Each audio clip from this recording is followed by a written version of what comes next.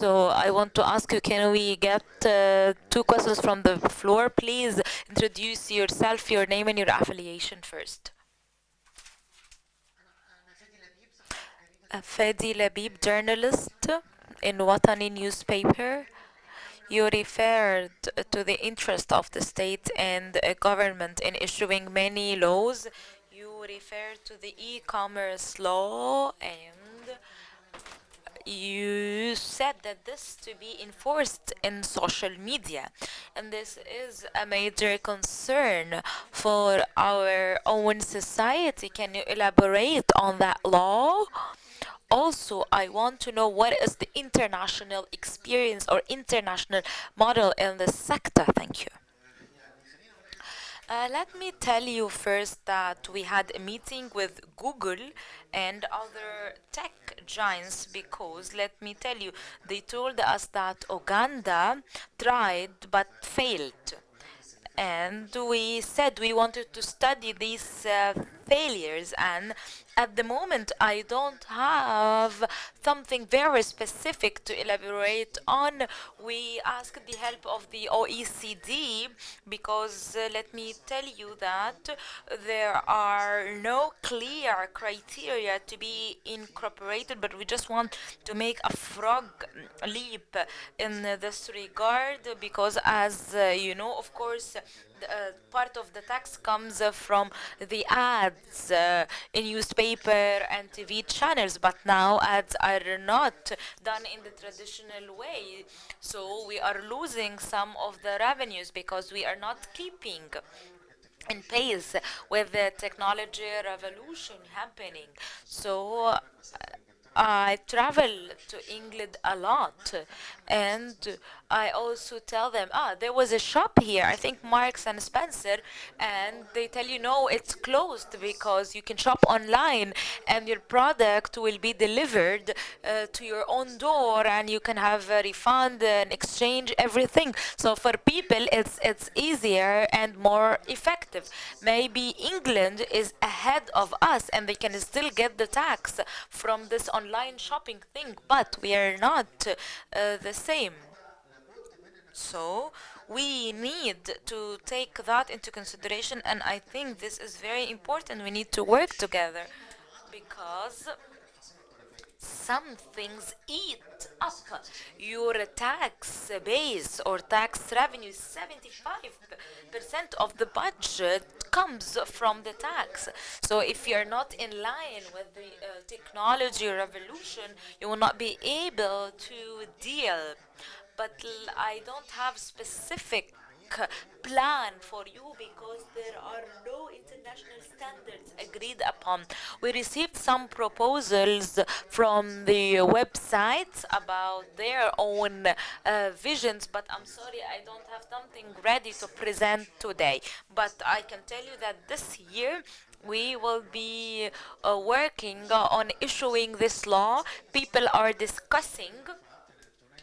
We also issued a law for e-payments or digital payments. I think this is a step on the road because we have a legislative framework for what is about to come. But let me tell you, this is still a work in progress. It's not finalized.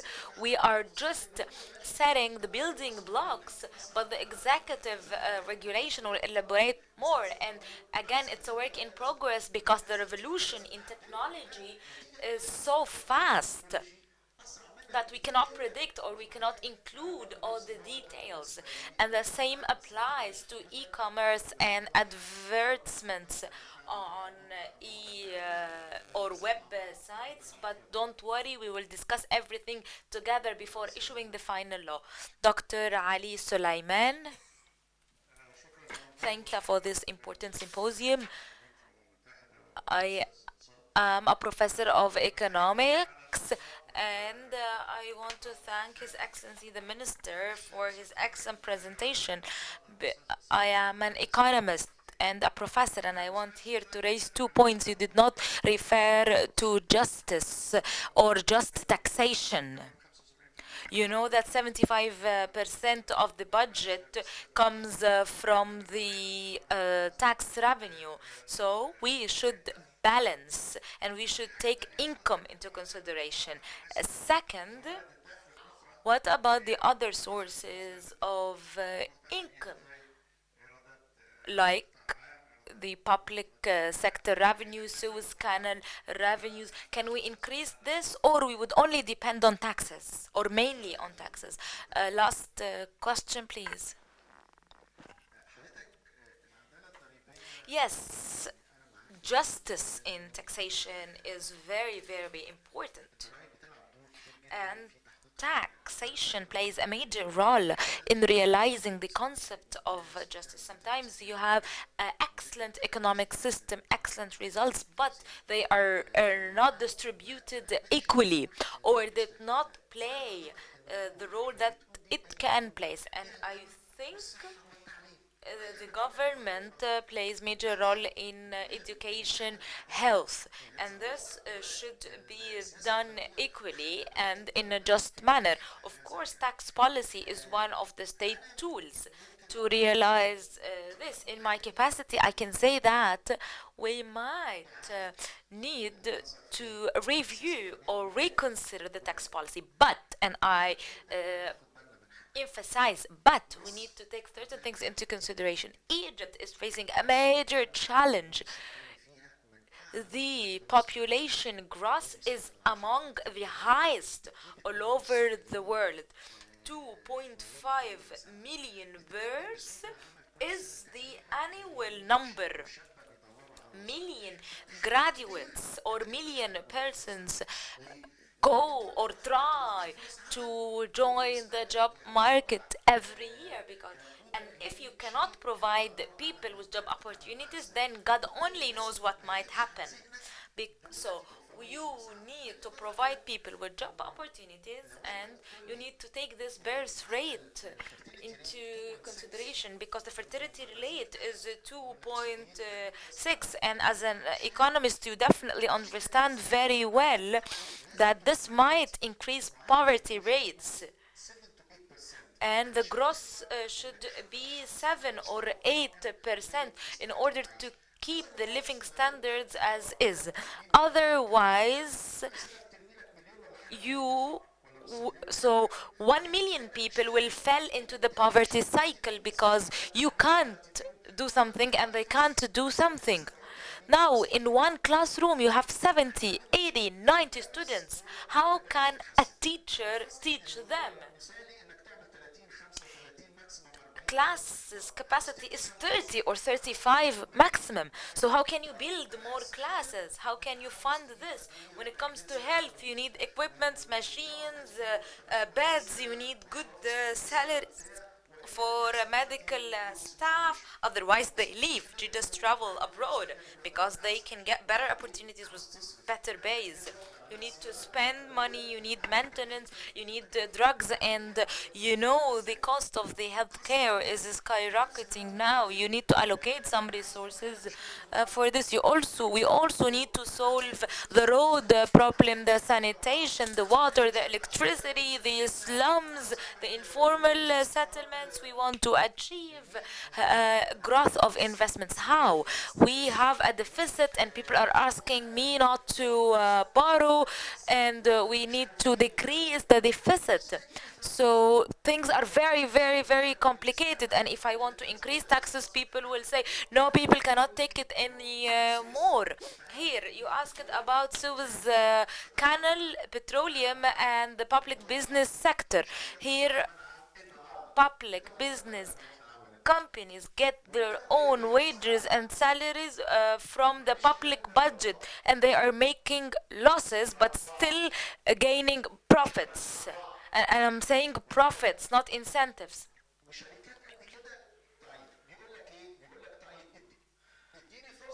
And these companies tell me, please give me a chance to keep for the good companies, in order to reform the companies that need funding. So don't take from the public treasury everything.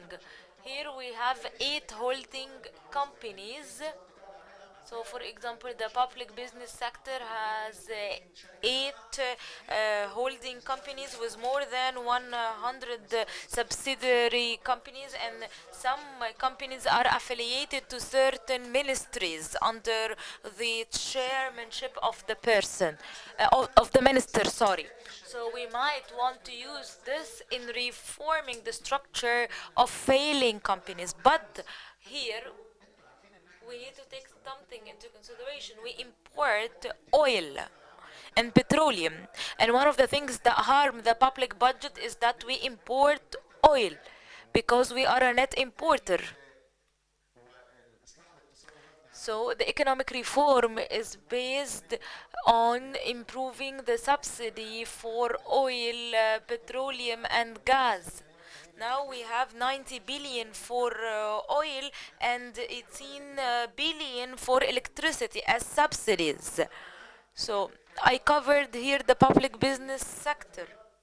Here you can generate 2 or 3 billion because they will ask you to use their own surplus to reform.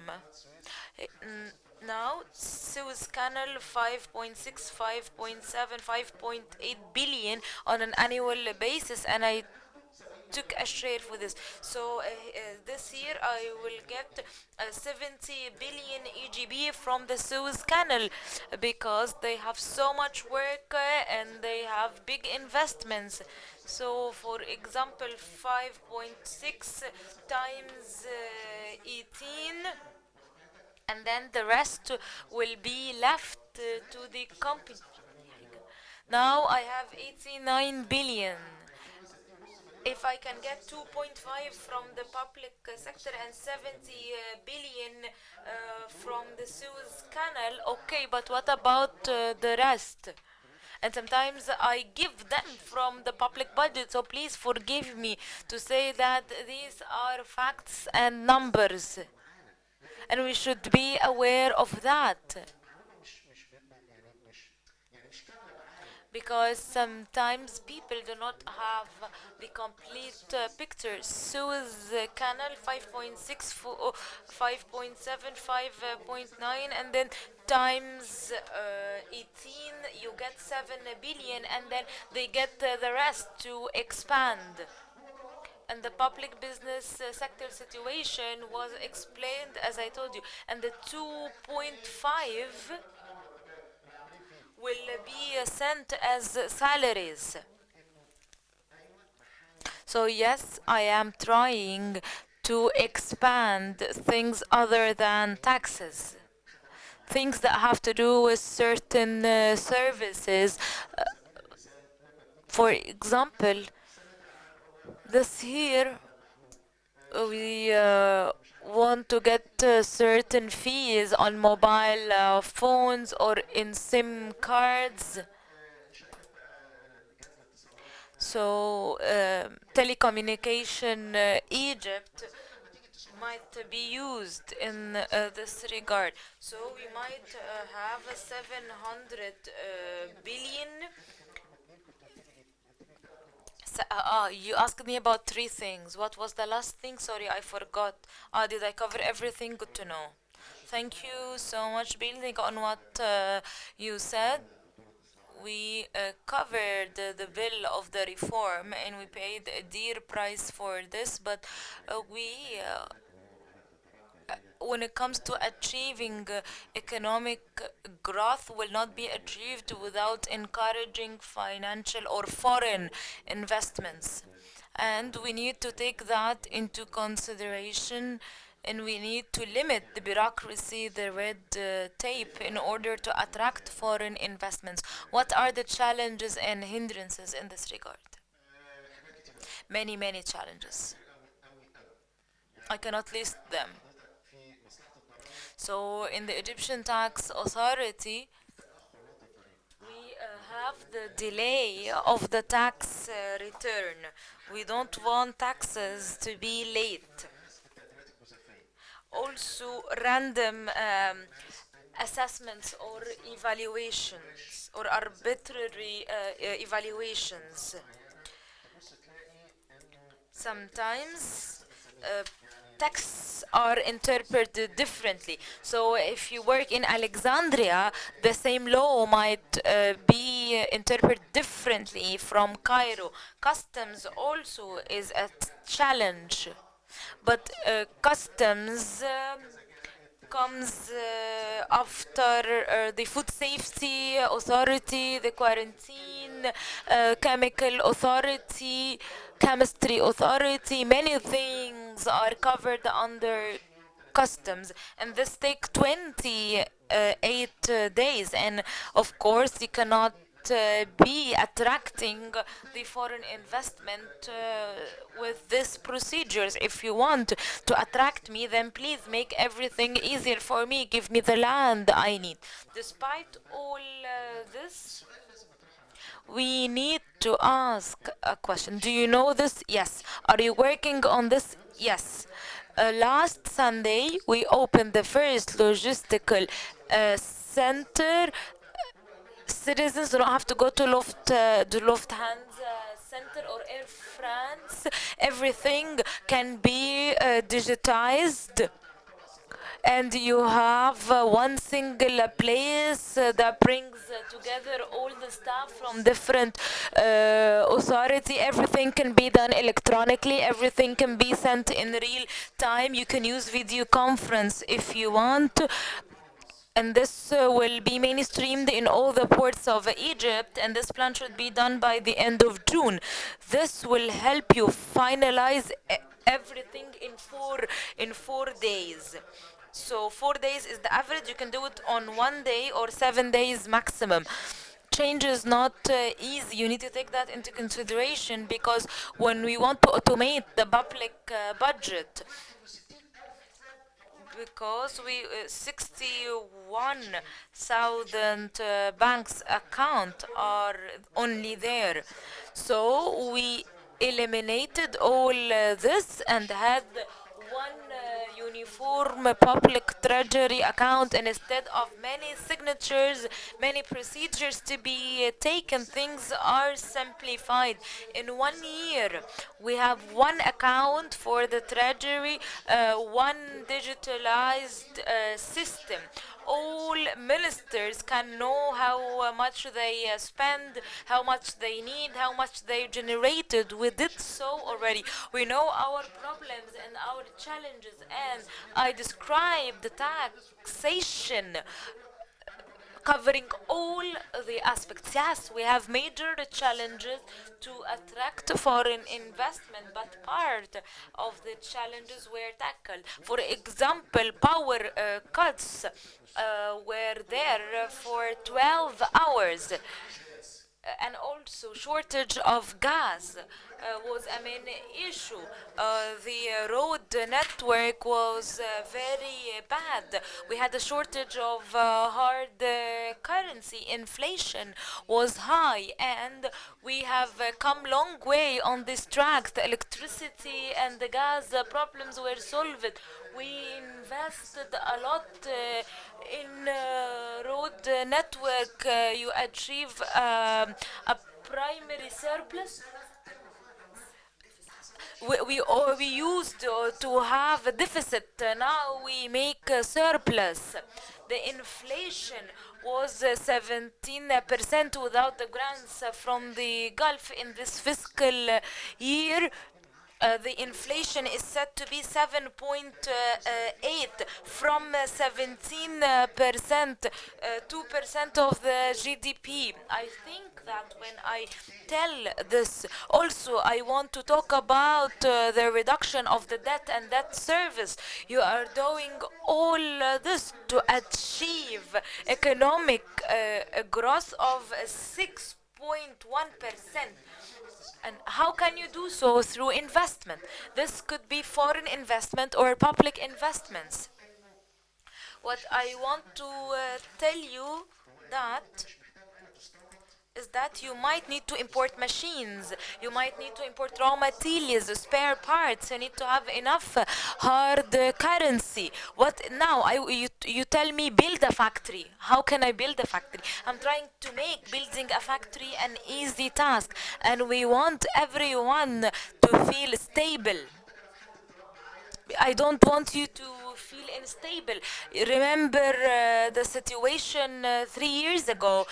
Dollars were not enough in the banks. People had to stand in queues. But now this is not the case. So I agree with you. There are big challenges to attract foreign investments. But remember, we suffered a lot with export subsidies. But we have now two programs to start in July. This is a new one, and we have also an old program to eliminate the backlog. It's a very, very ambitious plan. So you're asking me to decrease the deficit and to give more. How can I make this successful? How? How can I balance? I'm trying to be with you on the ground. I'm trying to tell you the reality. At the very same time, people ask me not to increase taxes because people are burned.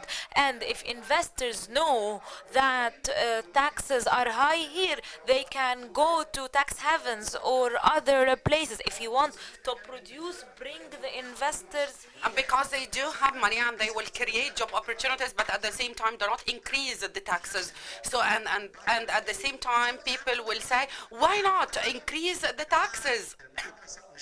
The equation is not an easy one because there is a turning point. If we increase the taxes, two things will happen.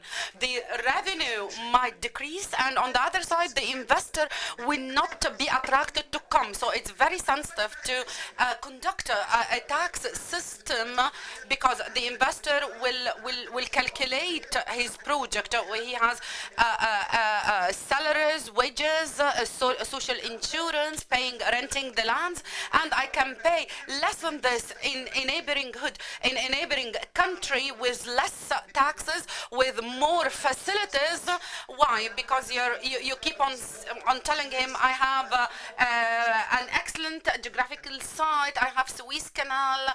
I'm talking frankly, we travel a lot and we start saying, wow, I have an economic reform, but we have to put hand in hands to implement this in reality. We would like to thank you very much. We wanted to solve the bureaucracy of the 7,000 years. It's a little bit difficult. We are running out of time, and Dr. Abla is writing notes. She would like to comment in only 3 seconds. I know that you're not going to be angry at me. I would like to thank you and to show how enthusiastic you are. I have some comments. First of all, the bonds or the deeds. This mean that the trust in the Egyptian economy is very high. I'm talking also about the loans. This deficit, our main objective is to make this deficit disappear. So the items of the objects should be reviewed. We are talking about the economy. It is a giving situation. The labor sector. I'm running out of the 30 seconds. What we need is we need local investments. We need internal investments. If I put right incentives, I can encourage the foreign investments. We need structural reform. We need institutional and administrative reform to work parallel to the economic reform, not to deal with the budget as a limited resource. Yes, we are going to grow by 5 or 6%, but we would like to know what is the resource of this improvement and development. I'm dreaming and I'm hoping to come from the job opportunities, from productivity, and from industrialization. First of all, you were talking about the bonds or the deeds, and you were talking about the loans. When we establish the budget, We say this is the revenue, this is the expenses of the country, and this is the percentage or the rate of the deficit. But there are global standards for the rate of the deficit. Is it 0.5%? If it's 1%, normally under 5% for the countries like us, it is safe. So it's very normal to have a deficit in the budget. Otherwise, you're going to shrink. Because I'm going to have the revenue will be equal to the expenses. Because as you said, from where this development is coming, you have three sources. We have importing, exporting, and the surplus of the exports. If you reviewed the budget of the past 3 years, the expenses were the expenses decreased. So we took a percentage from consumption, and the consumption itself start giving us signals. On the other side, on the contrary, I want the people to consume, because if we go back to the history of Egypt, it goes up 2 or 3 years up in the growth, no, and then back down. What I need is sustainable and constant growth. So to have all the three factors working together, to work on the internal and the foreign investments, and at the same time to encourage people to consume. Back again to the deficit in the budget. Again, we agreed that we should have this rate, but it should be within the international and the global standards. For example, a country like Morocco, the rate is below 5%. We would like to reach this percentage, but at the end, as we said, we should have a deficit. You should fund this rate. What we have now in the budget is 45 million Egyptian pounds. How can I do this? How can I finalize this? How can I do a kind of financial support? Is to either to sell the deeds or to sell the bonds internally in the Egyptian market, or to attract the foreign investors in order to buy these deeds. We saw in the very difficult period that the market was asking for 21 or 22%. On the contrary, if I went abroad, they will ask for 6, 7, or 8 according to the deeds, according to the bonds that you are offering. But you have the exchange risk. Yes, it is there. The second factor is if I am financing from the market, if I am financing this in the Egyptian pounds.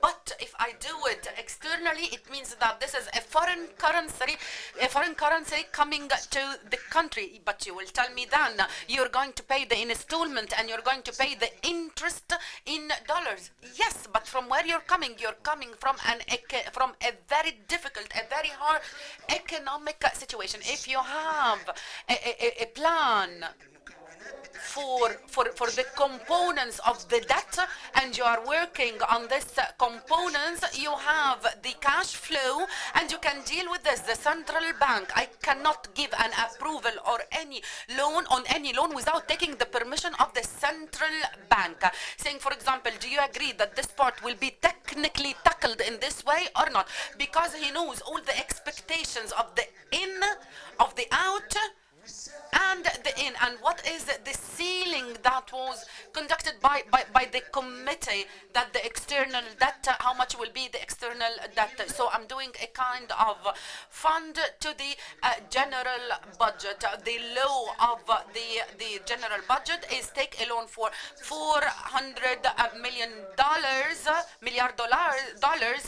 but I have to see the cost and this amount of money where are going to serve. I have to see this with the exchange rate risk. So normally when I do the calculation of the budget, I will see the rate. I will put possibilities, even if the exchange rate will change. I will see its impact, and then I will look at the benefit of the state. For example, if the parliament will say, okay, I agree that you take $440 billion rather than taking a loan. But I see if I did a kind of a mix, some people say don't put all your eggs in one basket. So I do a kind of variation for the benefit of the Egyptian economy, because I'm telling you exactly the same like the IBO. We found people in the parliament asking to investigate about this issue. I said 1 second. All what I did is that I put the percentage of 4.5, and we explained to them, and we said that this 4.5%, it was closed on that day. The share, it was 16.5. We sold for 17. What we did is we increased the foreign currency, we increased the investors, and at the same time the revenue. Me as the general treasury, I'm going to take part of this avenue. If you bring me this $440 million as real income, so if I receive real income, it will be more useful for the country. So I'm telling you that the real economy is the savior for Egypt, because the fiscal policy, actually this was a kind of solidarity and support to the Egyptian economy. If we are not working on the improvement and the development of all the sectors, agriculture, industry, and all the sectors, in order to support the reform, the economy reform. We all believe that this is the main solution. The last point, the internal investments rather than the external or the foreign investments. I know that this is a big challenge, and I promise you by the end of the year we are going to provide and submit proper solutions. We are doing all our best in order to solve all this kind of obstacles and challenges. We would like to thank you very much, and I wish you all the luck. And I wish you all the success. I would like to thank you all. And now this is the close-up of the opening session. Unfortunately, we are running out of time, but that was a very important discussion, and we would like to thank His Excellency and His Excellency, the Ambassador of the British Ambassador to Egypt. I would like to thank you all.